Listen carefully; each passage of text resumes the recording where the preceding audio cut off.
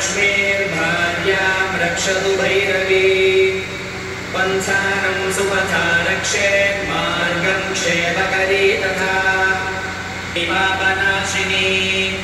पदमेकं न गच्छेत्तु यदीच्छेत् शुभमात्मनः कवचेनावृतो नित्यं यत्र यत्रैव गच्छति तत्र तत्रार्थलाभश्च विजयः सार्वकामिकः यं यं चिन्तयते कामं तं तं प्राप्नोति निश्चितम् परमैश्वर्यमतुलं प्राप्स्यते भूतले पुमान् निर्भयो जायते मर्त्यः सङ्ग्रामेष्वपराजितः त्रैलोक्ये तु भवेत् पूज्यः कवचेनावृतः पुमान् इदं तु देव्याः कवचं देवानामपि दुर्लभम् यः पठेत् त्वयतो नित्यं त्रिसन्ध्यं श्रद्धयान्वितः दैवी कला भवेत् तस्य त्रैलोक्येष्वपराजितः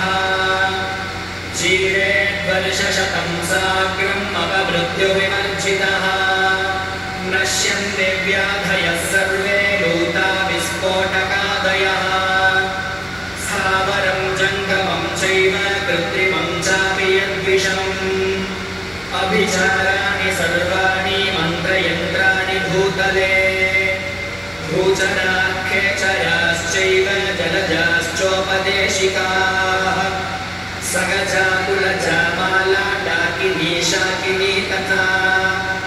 अन्तरिक्षचराघोरा डाकिन्यश्च महारसाः ब्रह्मराक्षसवेताला कूष्माण्डा भैरवादयः नश्यन्ति दर्शनार्थस्य कवचे हृदि संस्थिते मानोन्नतिर्भवेद्राज्ञस्तेजो वृद्धिकरं परम् यशसा वर्धते सोऽपि कीर्तिमण्डितभूतले जनेत् सप्तशतीं चण्डीं कृत्वा तु कवचं पुरा यावद्भूमण्डलं धत्ते सशैलवनकाननम् तावत्तिष्ठदूतात्तिहारिणी जय सर्वगते देवजनी महिषासुरनिर्नाशी भक्तानां सुकले नमः रूपं देहि जयं देहि यशो देहि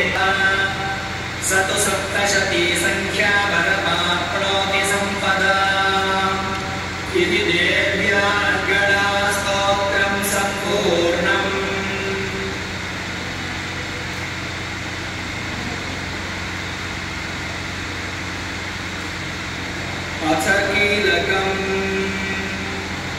अथ कीलकस्तोत्रम् ॐ अस्य श्रीकीलकमन्त्रस्य शिवऋषिः